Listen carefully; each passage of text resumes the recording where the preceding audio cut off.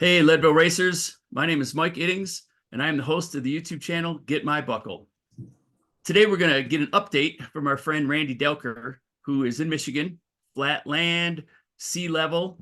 And Randy has another hurdle that he's dealing with. It's neuropathy, and he's going to share some of his experience and his journey with dealing with that and training for the Leadville Trail 100. So tonight, thank you very much, Randy. Appreciate you, showing up and giving us an update on your journey to the red carpet. Awesome. Thanks, Mike. Thanks for having me again. Man, it's been a hell of a ride so far. My wife and I are training, doing this together, as you might have seen in previous episodes.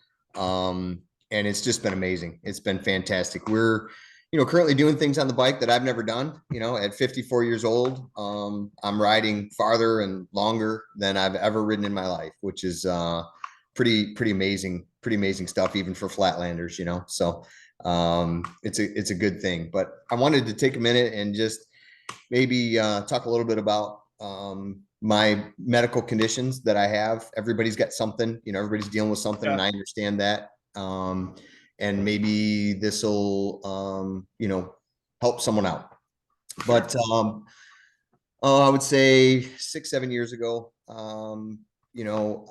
I had started developing fasciculations in my legs, which are muscle twitching, to extremes, like crazy twitches at night, and also started to develop tingling and numbness in my feet. Went to my doctor, did all that kind of stuff, and I'll try and keep it short because it's been a long road, but ended up going to a local specialist in Toledo, and he was a great guy, and ran some tests, and he said, ran an EMG test where they poke you with needles and they shoot electric down your legs and arms and light you up essentially. And it's not the most pleasant experience ever. And after that, he said, I believe you have peripheral neuropathy, which is neuropathy of your extremities. Couldn't tell me why. He said, I'll be honest, Randy, in America, 85 to 90% of people who have this condition are obese, alcoholic, smokers. One of those scenarios. I'm not obese. I've never really been overweight. I've always been pretty fit. Never smoked. And, I don't drink any more than the average American guy, casually. And at this point, I don't even hardly have beer in the fridge anymore. So it's not any of those things. And he said, you know what? I want you to go to Cleveland Clinic. I think you're a very unique situation, and I'd like to see you get to the bottom of what's going on. So a lot of research. I know everybody hears all the time about diet. I'm telling you, the stuff that we are eating today, the average American, the additives, the GMOs, all the processing, all the sugars, the high fructose corn syrup, all that stuff is just horrific for neuropathy. Anyways, went out to Cleveland Clinic. They did the same tests and said, yeah, you show some signs of neuropathy for sure. We don't really know why. We're going to just monitor you for a while. And these guys are world-class, doctors that really couldn't come up with any answers. Put me on some magnesium. They recommend magnesium and a couple other supplements. Obviously did all kinds of blood work, all kinds of stuff. So anyways, long story short, here I am with no real answers other than natural remedies to try and battle back. And the one book that I read said you have to fight. You have to fight back. You have to exercise, no matter the pain, no matter the numbness. You cannot stop moving. And that kind of hit home with me, with always wanting to do Leadville. Always had this dream of being this fantastic athlete in my retirement age. Was blessed and fortunate enough to be able to semi-retire at a young age. And here I am. I'm pushing forward, going for the red carpet, trying to put the hammer down and make it happen, It's tough, but I'm seeing some great improvements. And I told you in our last phone conversation that, the cycling, I wouldn't, it's difficult because it hasn't put it into remission. It hasn't went away, but I am stronger. I'm better. I'm faster. I'm more fit. I'm more lean. And I can function day to day more effectively. Still deal with numbness, still deal with tingling, all that kind of stuff. But when I get off the bike, even though my muscles are tired and I may hurt and ache and be in pain, my feet feel better. It's an excellent tool, riding a bicycle, to fight neuropathy. I'm 100% convinced of that for sure. Whether you're going for Leadville or you just like riding around the block with your family, I think it's a fantastic way to stay in shape and to fight all these horrible things that we fight as Americans and our poor diets and our poor living style, unhealthy lifestyles, I guess. So that's where I'm at today. We've seen some nice improvements. We started training with CTS back in January. My wattage, my FTP after the first test was. Hang on a second. Sure. Just for the first time buckle chasers, Leadville is the epitome of the underdog. Leadville, the town, right? Because they had the mine that closed down, and that changed. That made the unemployment rate go to 100% ish in Leadville, and it changed everything. So they were the ultimate underdog, and obviously Leadville fought back, and they ended up overcoming.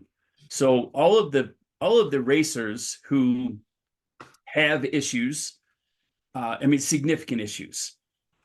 Randy's got neuropathy that he's dealing with, taking on the Leadville 100, and he's an underdog. And myself, I had a heart attack on the course and stents installed. And, I'm an underdog story that came back, and, I'm doing Leadville every year. And there's a guy, Tony Daltz, who had a portion of his lung removed last year in June. And he showed up and he lined up on the Leadville starting line. And his goal was to make it to Twin Lakes before the cutoff time. And he did. So, there are just so many awesome underdog stories of people who overcome the most incredible things because they want to check off Leadville in the bucket list. They want to prove to themselves that they can do it.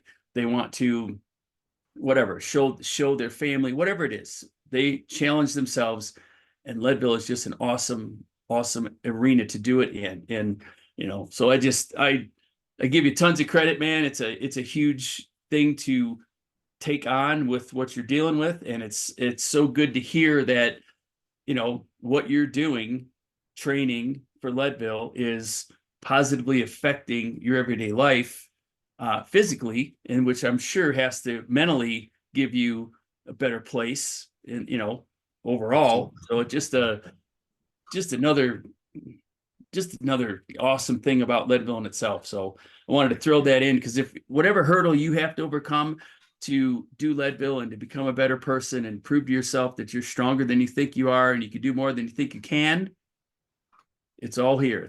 This is all part of the whole Leadville everything. It's just Leadville finds you, and when it does, it makes you a better person and a stronger person. So keep that in the back of your mind when you're out there training by yourself and it's rainy and cold and crappy and windy and you're tired and things hurt, and it's going to build you into a better person. So all right, so let's shift gears into some of Randy's some training improvements that he's had through CTS, which is Carmichael Training Systems. And since we touched on that, CTS is offering to waive the athlete registration fee if you sign up with them and engage coaching, for Leadville. It's Leadville. Get My Buckle is the discount code. So, all right. Well, I'll tell you, CTS has been awesome. Just to touch on that just a little bit, it gives you so much accountability. Your coach sends you the workouts. You're paying the money. You want to do it. You need to do it. but you have everyday life, you have all kinds of things, you have all kinds of excuses, right? I mean, Right. oh, it's too late, it's too this, and all this stuff, and It's easy to talk yourself out of it. yeah. And if my wife, even with my wife and I pushing each other a little bit, even if we were, all right, let's just do this on our own. There'd be so many times where I'd say, you know what, honey, let's just get a bowl of ice cream and watch some TV tonight. Just take a break, because it's freaking hard, man. I mean, these workouts are not easy. If you're looking for a challenge, these CTS guys don't mess around, man. I mean, he did a very good job of realizing where our fitness was at in the beginning, and setting us on a really nice trajectory that has been very palatable, but not easy. And each step is getting a little tougher, a little harder. The training rides are getting a lot longer. Like I said earlier, we are riding longer and farther and harder than I ever have in my life. It is so freaking cool, So to start talking numbers for your number guys, back in January, my first FTP test, I was at 156 watts, which put me at 2.26 watts per kilogram. My wife and I both actually have steadily improved. We've had double-digit increases every test. We've done 4 tests since January. The last test was outdoors. It was our first outdoor test, which you produce a little more wattage outdoors, but I'm currently at 207 watts outside FTP. He set me at 196 inside. So that was a 13% increase. We had 11% increase before that. And the numbers, it just keeps climbing. Watts per kilogram right now is 3.09. And man, we're getting pretty damn close to being able to possibly finish this thing. It's gonna be, it's like the numbers are looking good, looking really good. The coach has been good. And as you said, he also said, as we get closer and you get more fit, you're not going to necessarily see double-digit increases. But dude, I went from 156 watts to 207 watts in 4 months. So super excited about that, feeling better, and just going for it, man, dropping the hammer. That's that's awesome. And yes, as your fitness increases, your gains decrease. You still make gains, but they become smaller as you start to get as good as you can get. Then it's the marginal gain game, right? Right. Then you're trying to shave seconds, and you're trying to add 3 watts and this and that, so that but it's great that trajectory that you're making those kind of bounds right now. Awesome. Right. Super good. So it's got to be encouraging, right? It's got to be mentally positive. You put yourself in a good headspace. You're like, I know that I'm getting stronger, which makes you want to motivate you to keep those workouts and just to see where you can end up come August. Right. Right. So Yeah, great to hear. It's been great. Thank you. And, there's so much science behind it. It's been a great learning experience. Our coach, Matt, said, I can take these numbers, and if you come to a camp, I'm going to put you with people who are within these FTP ranges, and you're going to be able to ride all day long with them. I mean, right. You won't necessarily have somebody saying, man, I can't keep up, or somebody going, geez, oh, Pete, these guys are so slow. I mean, it's freaking physics and it's math, and I never really knew that. I knew, training was sophisticated, but it's pretty cool. They make it easy. They pretty much download the workout to your head unit if you have a trainer, and you can do the training inside or outside, either way. And it's been fantastic. I definitely highly recommend, if you are a first-time guy, get a trainer, period. And I know some of your other episodes, they say the same thing, but I'm telling you, you can't beat it. It's been good, right, for sure. And yeah, and you can pull workouts off the net, and they've got generic Leadville workouts available, which are fine. I mean, if whatever reason is that the route you end up going, you can definitely make that happen. The difference is going to be the personal contact, the accountability is going to be greater, the communication is going to be greater, the opportunity where if like for me personally, I have some left knee issues, and he might adjust my workout to accommodate for the left knee issue so that I don't aggravate it anymore, which might prevent me from training for a week or 2 weeks or whatever in the future, which was that was my downfall last year. I didn't communicate with him well enough, and then came July, I had to stop, and I missed the entire month of July training.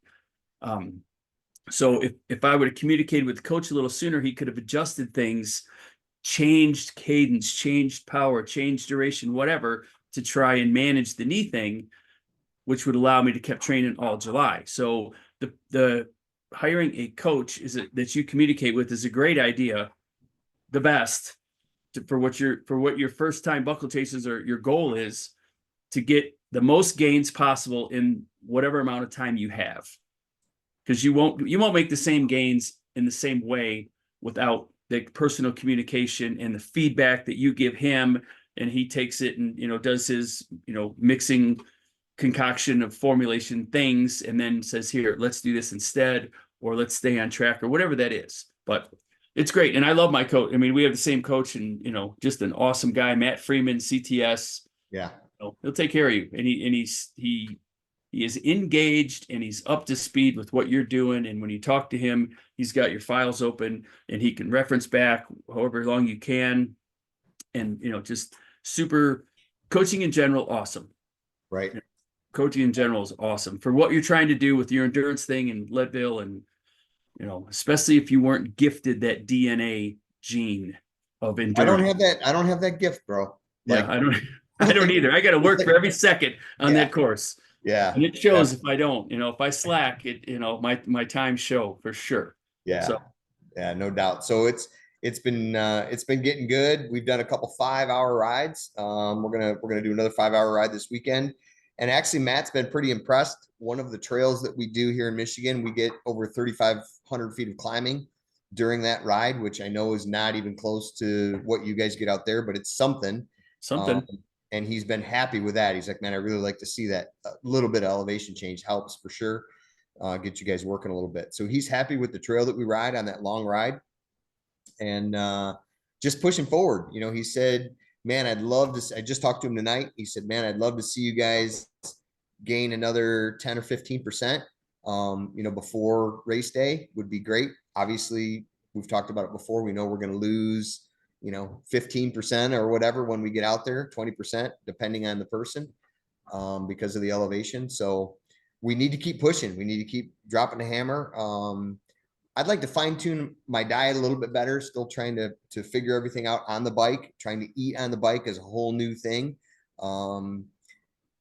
I haven't gotten sick on the bike, but I've eaten enough or eaten the wrong thing before, whatever, it just kind of sits like a rock in my gut, and I get a gut ache while I'm riding. So we're training to eat on the bike, which, we've talked about before, but that's a whole nother thing that you have to work on while you're doing this, and make sure that you have some way to take in calories, because your body just can't produce that kind of energy for that amount of time without taking in some type of food, Oh, and not only some type, but you need to take in, for you buckle chasers, you need to take in a lot of calories. I mean, we're talking 250-ish an hour. We're talking 70 plus carbs an hour.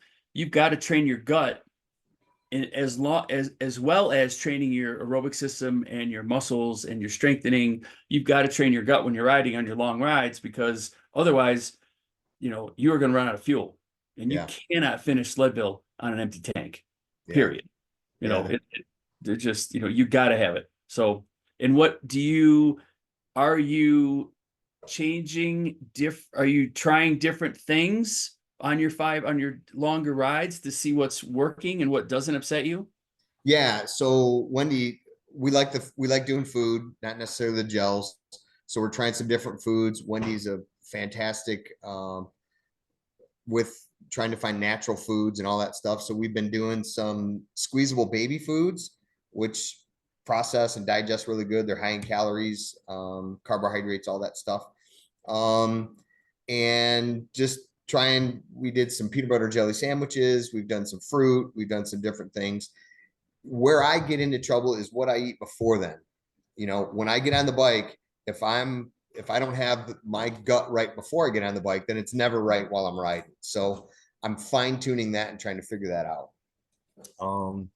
I'm actually taking fiber, which I know you do as well, and I'm trying to figure out if the fiber is kind of giving me some trouble, because that can kind of make you feel bloated at times or whatever. So I don't I don't know. I got to fine tune that yet. Just working on that. I guess vegetables can increase gut distress. So with your fruit and vegetables, that might be counterintuitive for what you're trying to do. Right. So I've heard of that, and there'll be a show coming up real soon. Today is March 15th, so this week probably we're going to launch a show with Lindsay Christensen, who is a sports nutritionist, and she touches on that a little bit. So that'll be a good show to watch. Perfect. I guess I need to do my my food show pretty soon, because there is if you like rice, Scratch Labs has a rice recipe, and I've taken that recipe, tweaked it for my own use, and I'm able to do a mixture of Cal Rose rice, which is Susie rice, some spicy honey, whether it's raspberries, blueberries, small chocolate chips, some cinnamon, and you can make your own little rice concoction and put it in a saran type wrapper, which is my secret. And then when you bite in and pull it out, you don't have to open anything. The saran wrap closes on itself, and you don't have to deal with messy tips and ends and opening packages and that sort of thing. And then you're getting plenty of carbs and fuel along with drinking. So we're gonna do that show pretty soon, and help the buckle chasers out with some real food fuel instead of processed fuel, because not everybody can run on the processed fuel and the gels all day. Some guys can, some Right. girls can, but some people, like I don't. After a while, I get to the point where I have to quit doing that and just drink water and dilute everything. And so the solid fuel, the real food for me has been working and able to allow me to push harder longer and improve, and keep my power, which is, that's what we're all looking for in the end of the Leadville, that's for sure. Right. So, Right. And that's all got to be part of your program. And right. and you got to work at that. It's part of training, and it's a whole new, like, I was way more of a sprinter. We talked before, grew up racing motocross, and motocross is essentially a sprint, especially compared to this, for sure. So there was never any eating while you ride. There was never, I mean, you carb loaded the night before or whatever, and drop the hammer the next day, So this is a whole new thing, man. And it's an eye-opening experience. It's been a great learning experience, and just been feeling good, for Awesome. sure. You And are what freaking tired at the end of the day, bro. Like, if you have any sleeping issues, they will be gone. Without a doubt. Yeah. There is your sleep aid right there. Yeah. Train for Leadville. Yeah, absolutely, man. Oh, Yeah. that is funny. Just another touch on the nutrition thing regarding fueling, the drink mix. Sometimes the maltodextrin can create gut issues for some people. There is a product out, Scratch, which is Super Fuel. Their Super Fuel product has a different dextrin product. I don't know. I'm not the scientist. I don't have that. It's not my thing. But I have a friend that was working with Scratch, and he described that, and that Super Fuel acts differently, slow drip instead of a dump into the system, and you might want to consider that Super Okay. Fuel Okay. from Scratch, and Okay. try that on your longer rides. It takes a little bit to emulsify and dissolve it. So the trick is mix it with warm water the night before, Oh, okay. shake it up, put it in the fridge. That when you take it out in the morning, it's completely dissolved, 100%, and it's cool. So that's a way to get that product not to be all in the bottom of the bottle.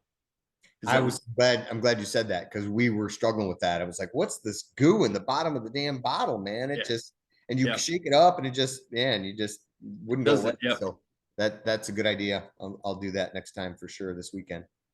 Okay. All right. So what do you so we touched on your gains, which are great. Are you having any well, you had a bike fit. Let's talk a Yeah. little bit about your bike fit and Yep. share that. So, I've been riding mountain bikes since the 90s, like everybody, and read plenty of articles over the years about, how your bike should fit and whatnot. And felt I was pretty close, but the coach said, you know what, you have to do a bike fit. In fact, I had a knee that started bothering me, and I was having my butt. I just haven't been able to figure out my butt. It hurts all the time. So he's like, you got to do a bike fit. They measure where your cleats are at in your shoes. Mine were perfect. The height of my seat was about 8 millimeters too high, which is, I think, about 3/8 of an inch. Doesn't seem like a lot, but that has made a huge difference. Dropping your seat 8 millimeters, it's changed a lot. My seat was too far back, so they brought that forward, which is fine. What I'm struggling with is where they've placed the handlebars. They want to do a longer stem. They've done a longer stem with different handlebars, which has brought me out over the front wheel and down over the front wheel, which the position is the perfect triangle, they call it. Trying to, geometrically fit you on the bicycle. And I get that. I understand that. But I bought a Pivot Trail 429 that had the handlebars basically mounted to the fork tube, like a motocross bike. And I loved it.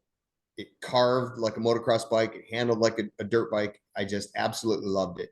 And with this new stem, it feels like I've went from a race car to a school bus. The steering wheel it's got this, this crazy swing, instead of turning the handlebars like this, now you got this swing like this, and they say, the shop owner is a family friend and actually a cousin of my wife's, and he said, listen, this is, just try and get used to it, just give it a shot. So we have not actually ridden off-road with it yet. I've been too uncomfortable to actually go off-road, so we're going to go off-road this weekend and give it a shot.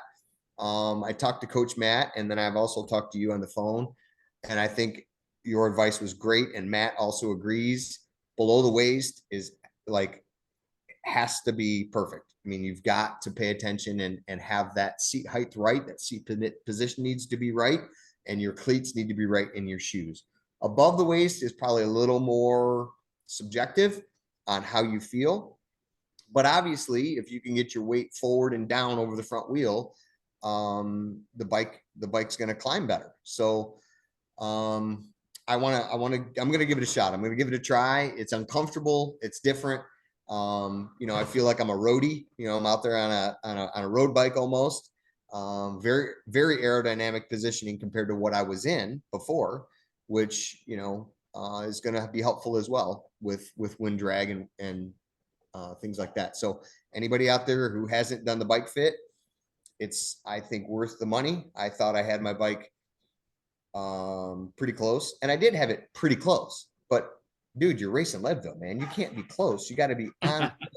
I mean, you need every freaking thing, every advantage you can get. It's got to be right, So if I can get used to this handlebar configuration, I'm going to do it. But we went from a very short stem and the handlebars mounted to basically the fork tube, and I had risers. They were like downhill bars.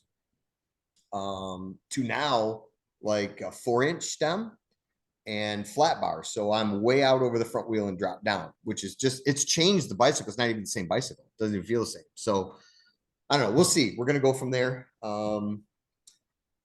And just try and get used to it. I think that's going to be the best option if we can do that for sure. So. Yeah. I mean, there's a difference between unfamiliar and uncomfortable. Right. So I think that's the dividing line that you're going to have to determine when you're out there. because if it's unfamiliar, but you can produce the power and you can remain in that position and not have your hands go numb and not have your back hurt and not have, if things are aligned and comfortable, but unfamiliar, that you can work into. If you start to, develop new nagging things that are like, man, this never happened and this is not going to work, because you have to remember you're doing a 5-hour ride. Well, in Leadville, you're going to double that ride. So, we just need to make sure that you're going to be able to be in that position for that length of time comfortably, because if you're comfortable, you can focus on power and riding. And if you're uncomfortable and this hurts and that hurts and your knee hurts and you're moving on your bike and you're trying to get to the point where the pain is relieved enough to where you can pedal, you've messed around and lost all kinds of time and not been putting power to the pedals. So those are, that's what I think you should be, thinking about when you're doing your 5-hour ride. Unfamiliar is different than uncomfortable and doing, I don't know if damage is the right word, but it might be damage over a 12-hour period. Right. So, that'd be some of your homework to get that figured out, along with your gut, along with your cadence, along with your circles on, instead of just pushing down, along with pulling your feet up. There's so many things that are going on. Oh yeah. When you're trying to be the best athlete you can for this particular event. So yeah. Good luck. Yeah. Thanks, Mike. Good luck. Yeah. Oh my goodness. Yeah, for sure. There's a lot going on, and age, 54 years old, never done anything like this before in my life. Your gains, I think I mentioned it before in the last podcast, but I did a short Xterra triathlon when I was 39. And every time I got on the bike, I was better and I was stronger and I was faster. And I wasn't even trying. You're just going like, all right, well, we'll go. And I would run and I would swim. But an Xterra triathlon is literally a sprint. It's super short. But at 39 years old, every time you do an exercise, it seems like you get better and better and better. And I got to the point where I was on the bicycle and I'd be pedaling, riding hard, and I can go more. And I'd go more. And then I'd be going, I'm like, I can go more. And you're like, you go more. Like you have this endless freaking power source, it's so awesome. At 54 years old, you don't have that, man. Like that's gone. You just pedaling and pedaling and pedaling and pedaling, and you're out of breath and your legs are tired and you're getting these cramps. But the improvements are there. They're just smaller and they take longer. It takes more time to make those gains. And like you said, without a doubt, if you need to maintain what you're doing or you're going to lose it. You got to keep at it, Oh my goodness, for sure. Yeah. Use it or lose it. Yeah. Right. And that's that, the older I get, the more that just is so crystal clear. You just have to keep going, And when you do get a setback, an injury or something or whatever, vacation, who knows what, you're like, oh man, I got to get, I cannot lose what I have. I have got to keep going. And that in itself is the motivator, right? Yeah. Knowing that you don't want to take 2 steps back ever. It's funny because we'll do easy, the way he cycles your workouts is there is a point where you get a week that's pretty darn easy. And you might even be off the bike for a couple of days. And you start going, man, like I got to get on the bike. I got to get on the bike. Like something's wrong. Your body wants to be on that bicycle. Like you need to be on that bicycle. And it gets to be, which is great. I think that's a great feeling. I've never kind of had that before. I've always been like, I gotta go train. I gotta go ride. I gotta go do this, gotta go do that. But man, you go a couple of days after what we've been through and what we're going through right now, you go a couple of days off the bike and you start chomping at the bit, man. You're like, man, where's my bike at? I gotta get back on the bike, So well, that's pretty good. I think that's a pretty good place to be, right? Mentally. Because we talk about Leadville. You got to have your head right for Leadville, Buckle Chasers. Your head has got to be in the game. Yeah. For sure, 100%. Yeah. So it's good, but it's good when your head's in it now, right? Because then Yeah. you're going to be anxious, looking forward to it, just thinking, I can't wait to go kick this thing in the butt, Yeah. which So is that's when I'm off the bike. But then when I get on the bike, I'm like, why am I doing this again? We're doing over unders, which suck. It just, you know, indoor on a trainer, over unders are just, they're tough. And sweat is just pouring and you're out of breath and you're like, man, I mean, what was this all about again? What's this Leadville thing? that couch and the ice cream are looking pretty good right Yeah, absolutely. Absolutely, man. For now. sure. But man, when Eh, you're done with that workout, you're like, man, I'm so glad I did that. And it's awesome. It's an awesome feeling. Whether I do it in under 12 or not, I mean, obviously that's the goal for sure. But I'm telling you, I mean, we would go and do one lap of the Potawatomi Trail, which is 17 and a half miles. And when I did that at 19 years old, I came home and slept the rest of the day. I mean, it is the toughest trail. I mean, it's tough. It's for Michigan. It's a tough, gnarly, rutted, rocky, punchy trail. My wife and I are doing 2 laps of that right now, plus another lap of Silver Lake, which is another 6 miles. So that's a cool feeling, man. I mean, that's really cool to be doing more than I've ever done on a bicycle in my life at 54 years old. That's really, with symptoms of neuropathy and fighting all the stuff that you fight day-to-day life with raising kids and, work and house and chores, and none of that stuff stops, dude. right. It's tough, you got to keep going, so it's been good. Awesome. I love it. Just I love hearing it. You know what I mean? I just love hearing the positive energy that you're, exuding. It's just great. Thank you. So with the training and the challenges that you're having and just the uphill learning curve, right? It's a steep learning curve because this is all new to you. What have you what have you come into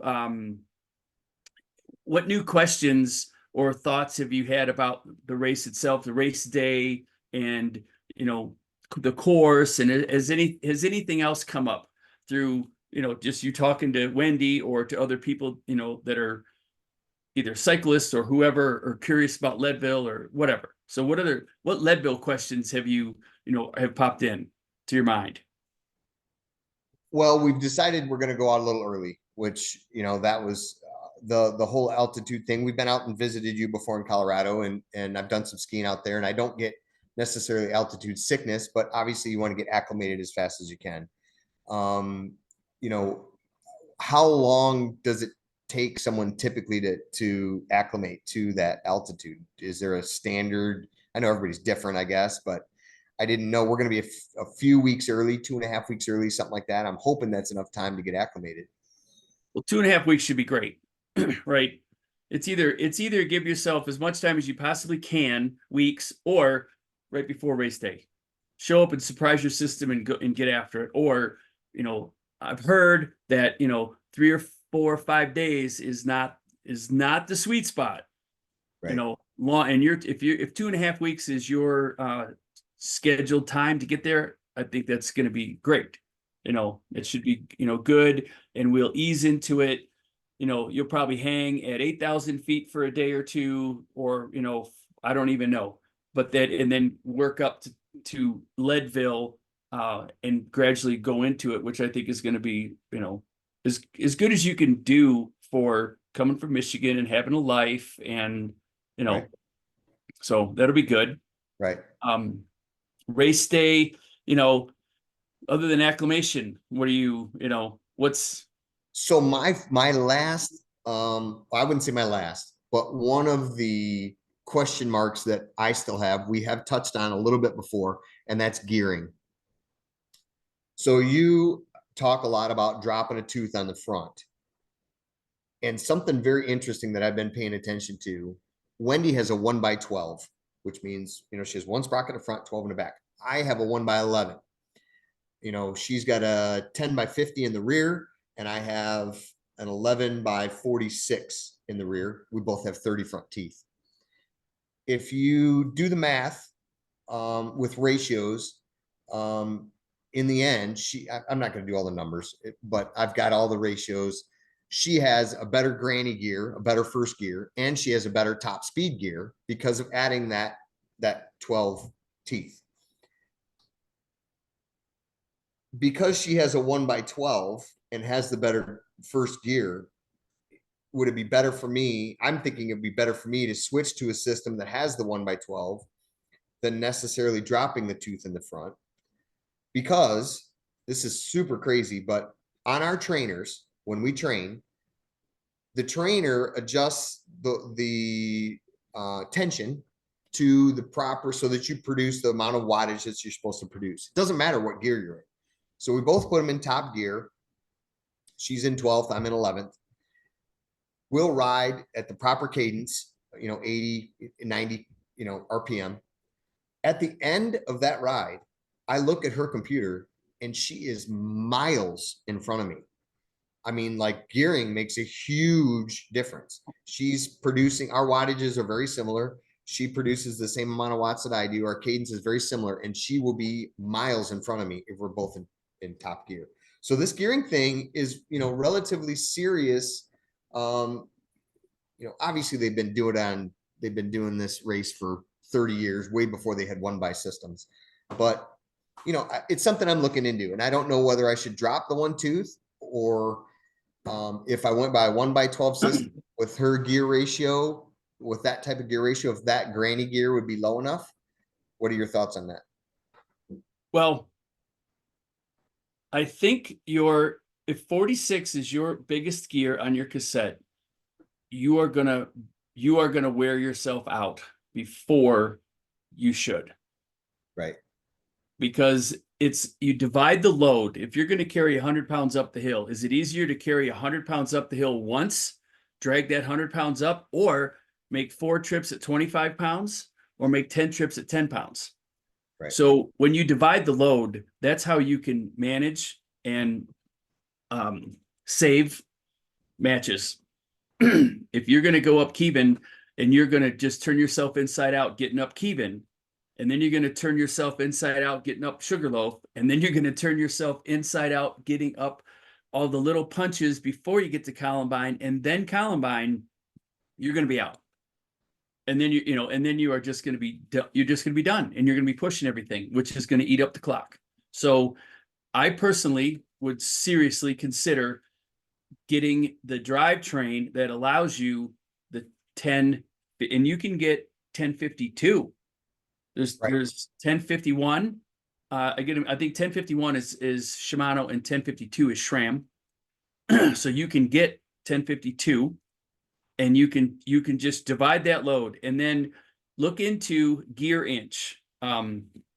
Gear inch is with every rotation of the cranks, depending on your gearing, how far the wheel moves with every rotation of the crank.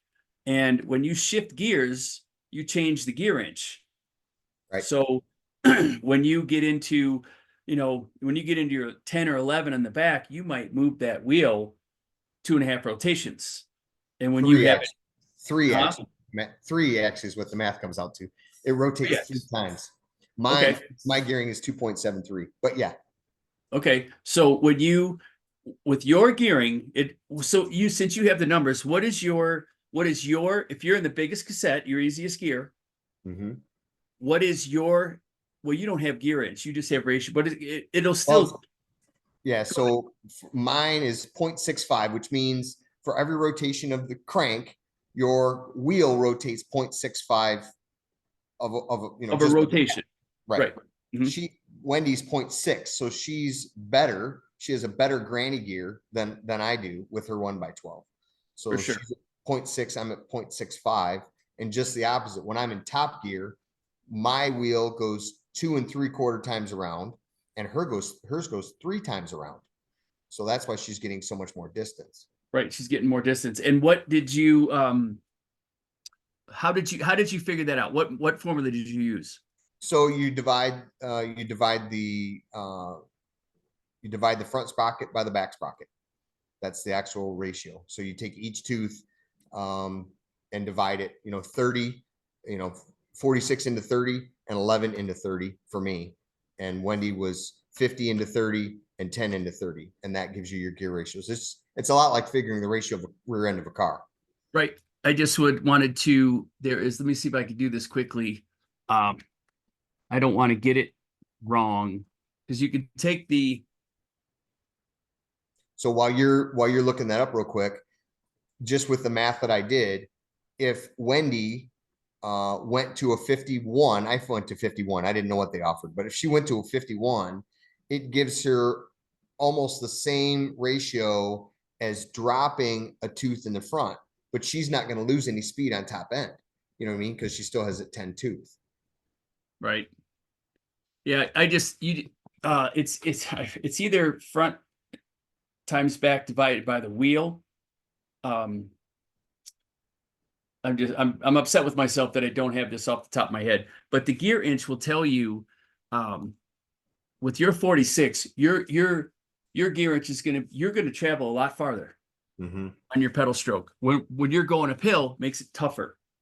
So I think it's a very good move for you to get to the drivetrain that allows you to have a 1051 or 1052.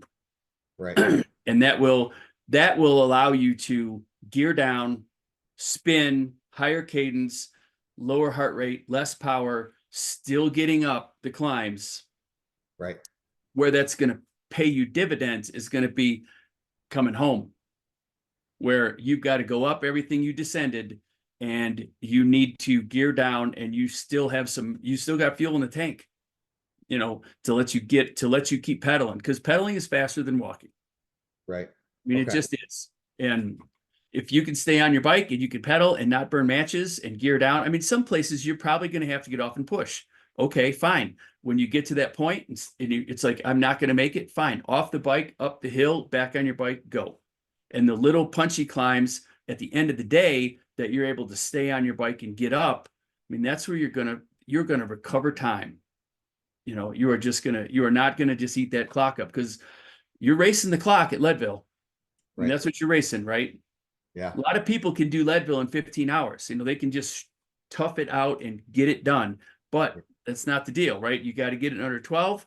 So you got every chance that you can save a second for the 12-hour racers here. We're talking not sub 9 guys, different conversation. Sure. 12-hour racers, every chance you get where you can not burn the clock, it's going to be, that's what you're looking for. So I think and it's really good that we're aware of that now, because if you would have got to Leadville and said to me, or anybody, you know what, I got a 46, I'm going up St. Kevin, my heart rate is redlining, takes everything I got to get up Kevin, might be too late. They might not have the parts. You might not be able to get them. People might, so to address it in May is awesome. This is part of that. This is part of the journey, right? You're learning, you're figuring things out, you're doing some math and your gear inch stuff and figuring the ratios out. It's like, holy cow, this is not apples to apples. We are not going to, we're putting in the same effort, but there's something happening on the other side of that equation that's beneficial or not beneficial. And for your case, I think it'd be not beneficial. And you're going to, the good thing is, not a good thing. The reality is going to be, when you get to Leadville and we go up St. Kevin, you're either going to be like, okay, tough, but okay. Or you're going to be, fuck. And I got how many more miles and how much more climbing? And I think that St. Kevin's a great barometer, for you first timers coming out there, you ride Kevin, you're going to know. It's going to be a slap in the face. Yeah. Am I going to be able to do this for 11 more hours? Or, holy crap, there's no way. Well, it's a good thing you're addressing it now. So it'll be interesting. We'll do a follow-up show again with Randy when he's done another fitness test, find out what the gains are, see what he's changed on his gearing, how that's affecting, his output, and where you are at the Pato, the Potawatomi Trail. You're going to be able to gear down there too. And you're going to be able to see, normalized power differences, heart rate differences, how you feel at the end of that 2 laps plus Silver Lake. So all those things, since you are embracing all of this stuff, right? And you're getting into it and you're becoming a student of this, you're going to understand the benefit of that gearing change, Right. which is it's going to be huge. Back in the day, we had 46s and we had 42s and 36s, but we also had 2 or 3 gears up front. Right. To change all that and to manage all that during the day, which the one by has made it a lot less complicated, but it has also made it much more critical to get it right. Yeah. Because I would agree with that for sure. I even thought, I'm like, well, what the hell? Why not just go back to a 2 by? Let's just run 2 gears in the front. But then you've got so many options and also more moving parts, more things that can break. I mean, I guess it makes sense to have the 1 by, but as you said, I think is more critical to get it right. Right. You just have to get it right, because there aren't any overlaps. It's just, if you gear down and it's not low enough, you're in trouble. Right. Right. Well, it was a real eye opener in one of the videos on YouTube I watched, and I think it was one of the ones with Lance Armstrong where Lance Armstrong won it. And they were shooting a video, and I don't remember if it was Kevin or Powerline, but Chris Carmichael was in the race, and he was past his prime, but he was walking up the hill. And I'm like, oh my God, what in the hell am I doing? The freaking owner of CTS, a freaking, professional cyclist, Olympic, whatever, is walking up this hill. I have no business doing this, So it's tough, no doubt. I mean, all the research you do, this is going to be tough. It's going to be tough, right? It's a huge undertaking, Yeah. but you got the right attitude, right? Which is key. You got the right attitude, and you're sticking with it. You're making gains, head's right. So right now it looks like the trajectory is, spot on. Awesome. Thank you. Stay healthy, right? Yep. Stay healthy is a big deal. Stick with your program. Right. And it's going to be good. That's the plan. Do you have your rain gear and, cold weather start stuff kind of, starting to line that out? Yeah, yes and no. We found out we rode in the rain with the coats that we have and found out they're not rain jackets. So we got that much figured out. Good thing. Yeah. So we need some rain gear. I have some leg warmers that I rode, that I used, but they're too heavy. So yeah, working through that. Haven't really made a commitment to buy any of that stuff yet. We did. Like I said earlier, I've been having trouble with my butt, and I'm thinking, dude, this much riding, I should not be having this much trouble with my saddle and just not being comfortable. So the bicycle shop that we go to, he said, dude, you've got to try what are the long john, the bibs. You got to wear bibs. And I'm like, dude, really? You guys are turning me into a roadie. Every time I turn around, I have more crap that looks like a road bike guy. And I don't remember the name of them, but they're super high end and they're stupid expensive. But they have the chamois inside is only secured in a couple spots.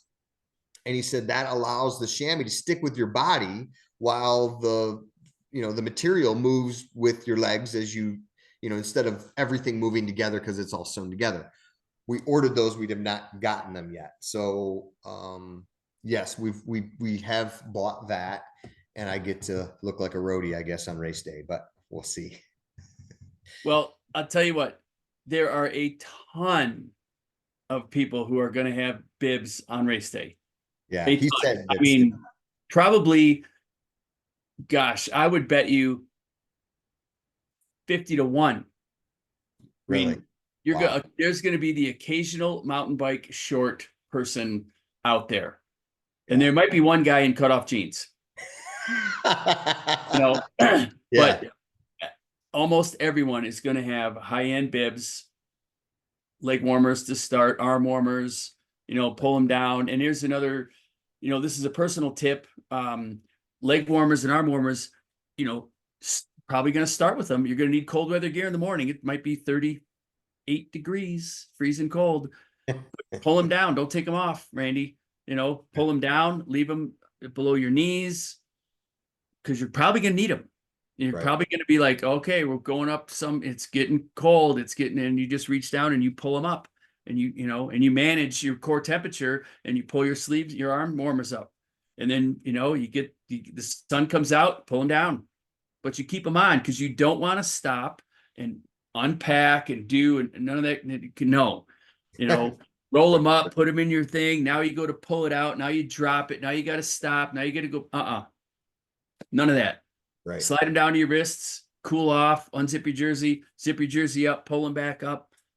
Keep your rain jacket in the center pocket of your jersey so that if you need it, you're reaching back. And if you can practice riding on your bike, no hands, your jacket is unzipped, the cuffs are as wide as they can get, and Right. you're putting this on while you're going nice and slow downhill on a flat spot, and you're just saving every second you can possibly save in case something goes wrong. Right.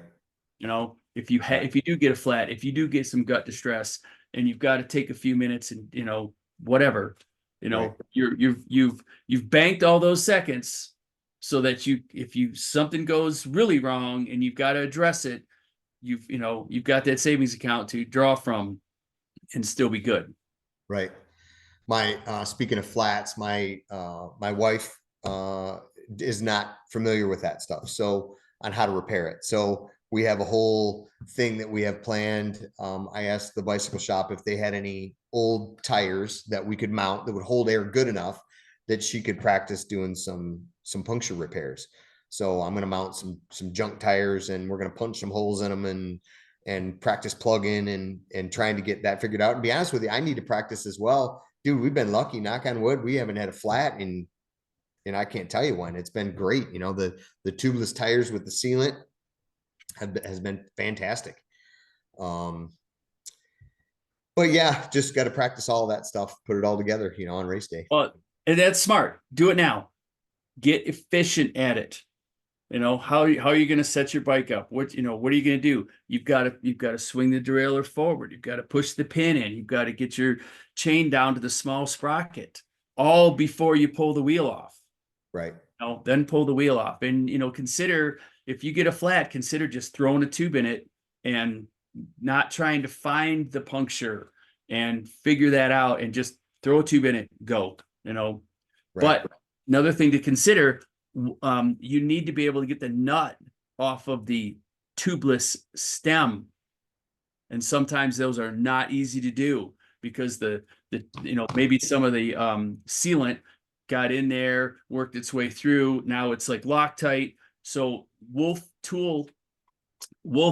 Company makes a set of, they're kind of pliers for that. But inside those pliers, the other end of the plier is a tire iron, and inside there's a master link holder.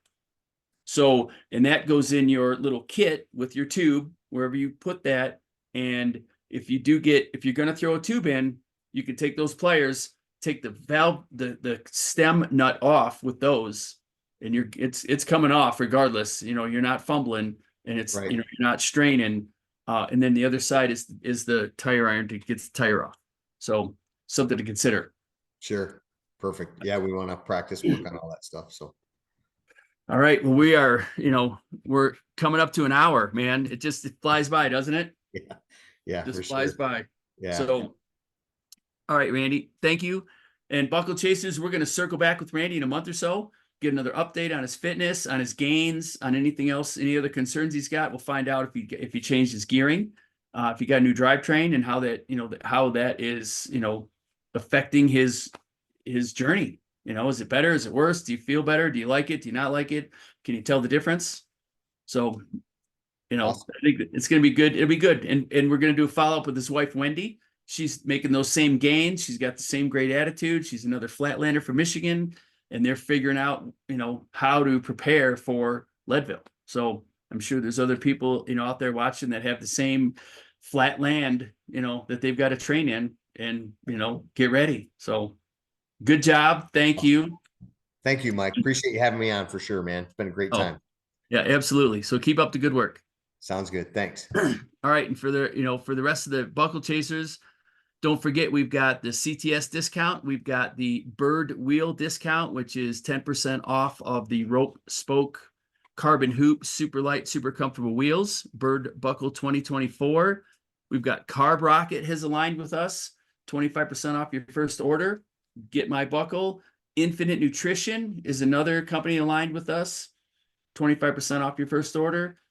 100% glasses are now joining us, and 100% is going to offer a discount. I'll get you that code as soon as they engage it. I'll let you know. But they're going to join us too, and we're going to get some glasses. They're going to donate. We're going to raffle them off, and we're going to give the proceeds, the profits, to the Leadville Trail 100 Legacy Foundation. So all good stuff, man. We're getting some traction. People are aligning with us and seem to like it. So Yeah, it's a great time, man. Yeah. So, all right. We'll see you at the finish line. Thank you.